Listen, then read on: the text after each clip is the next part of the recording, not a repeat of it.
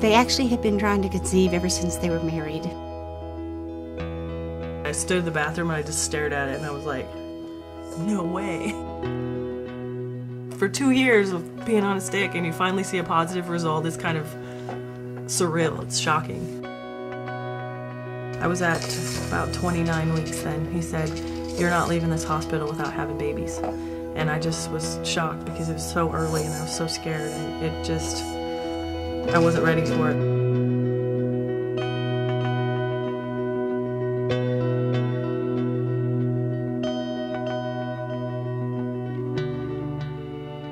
Well, they're absolutely the most precious couple ever.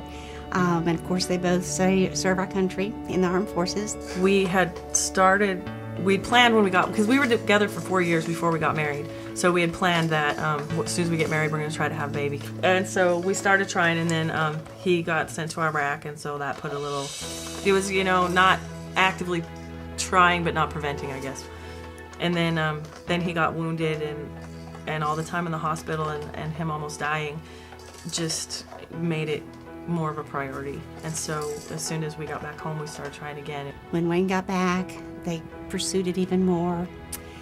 Tried for at least a year with natural, methods. It took a little over 2 years finally to conceive. So we did have to go to some assisted reproductive technology and do an intrauterine insemination, and we produced 2 miracles. They found out at 6 weeks that it was twins, and we weren't surprised, really. I think we kind of knew. Wayne's response was, "It's only 2, right?" Because he was afraid there might be more.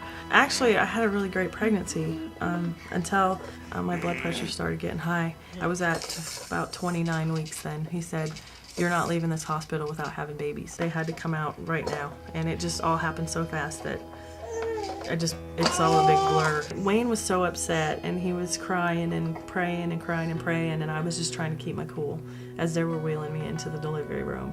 And I was like 30 weeks and 3 days, they're so small. We were waiting here in the NICU for them to arrive, having the ventilators and everything prepared for any kind of interventions that we might need to do to support them. Emma was born, not even 3 pounds, cried immediately, became pink, didn't require any help from us. And from the very beginning, she was a rabble-rouser. She just ate, grew, and never turned a hair. She was never sick a single moment. Sophia needed a lot more help in the beginning, but once she got well, she grew pretty rapidly. She tried to trick us in the beginning. We put her on the ventilator, and about a day later, we tried to take her off because she was just doing so well. And we ended up, within 12 hours, putting her back on the ventilator. She actually then developed some airway problems. She developed hollow membrane disease, which is a lack of the chemical called surfactant in their lungs that allows them to keep their lungs expanded. And so what happens is they run out of that surfactant early, and as the first day goes by, begin having more and more trouble breathing, and she followed that course. Dr. Wayner would come in my room every morning and give me an update. Like every morning at 7:30, he'd come in and say, "Sophia's still on the ventilator, but we're probably going to take it out." And they took it out once, and she didn't do very well on her own, so they had to put it back in. Anytime you would stimulate her, she would try to buck the ventilator, and she wanted it out. And I just would sing to her and trying to be positive to her, be like, "No, you're going to be fine. I don't care what the doctors say. They were wrong about Daddy, too. You're going to be fine." he'd tell her that she's got the blood of too many good soldiers running through her veins, that she's tough. So she was a little tricky in the beginning, but once we got her off that ventilator and she was breathing fine on her own, all she wanted to do, like her sister, was eat. And her mom and dad came in for practically every feeding during the day, and a lot during the evening, and some during the night. So they were here to support her very well. So she rapidly grew and went home a little bit of time before her sister.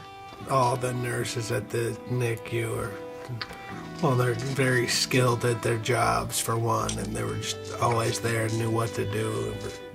You know, once they were there, I just never was afraid, really, because I knew that they were being taken care of, and I knew that that those ladies knew what they were doing, and that Dr. Wayner knew what he was doing. And we really want the community to know that Children's Miracle Network is there and that Shannon has these resources, because when they first said they were going to deliver me right now, they were going to fly me to Fort Worth.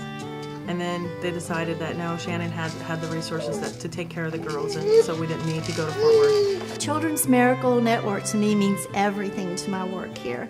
They support us in every endeavor, whether it be to get the education to take care of these babies, to much of the equipment that we use to provide the support. Children's Miracle Network is one of the greatest organizations I've ever worked with. I'm proud to volunteer for them. They mean a lot on a daily basis in my job. You know, I could do my job here. We've got a great team of nurses. We would take care of these patients regardless. Children's Miracle Network just makes it a lot easier. We're just so proud to be a part of them, and that they allow us to go out and tell these stories to the public about how great these little families do because of all that support. After everything that we've been through with Wayne almost dying, it was almost like I was on a mission. We had to have some kids, and you know, their dad's a miracle, and then through the pregnancy, just trying to conceive them, just everything that we had to go through to get them. They're just little gifts from God. They're miracles. Please support the Children's Miracle Network To help miracle children like ours.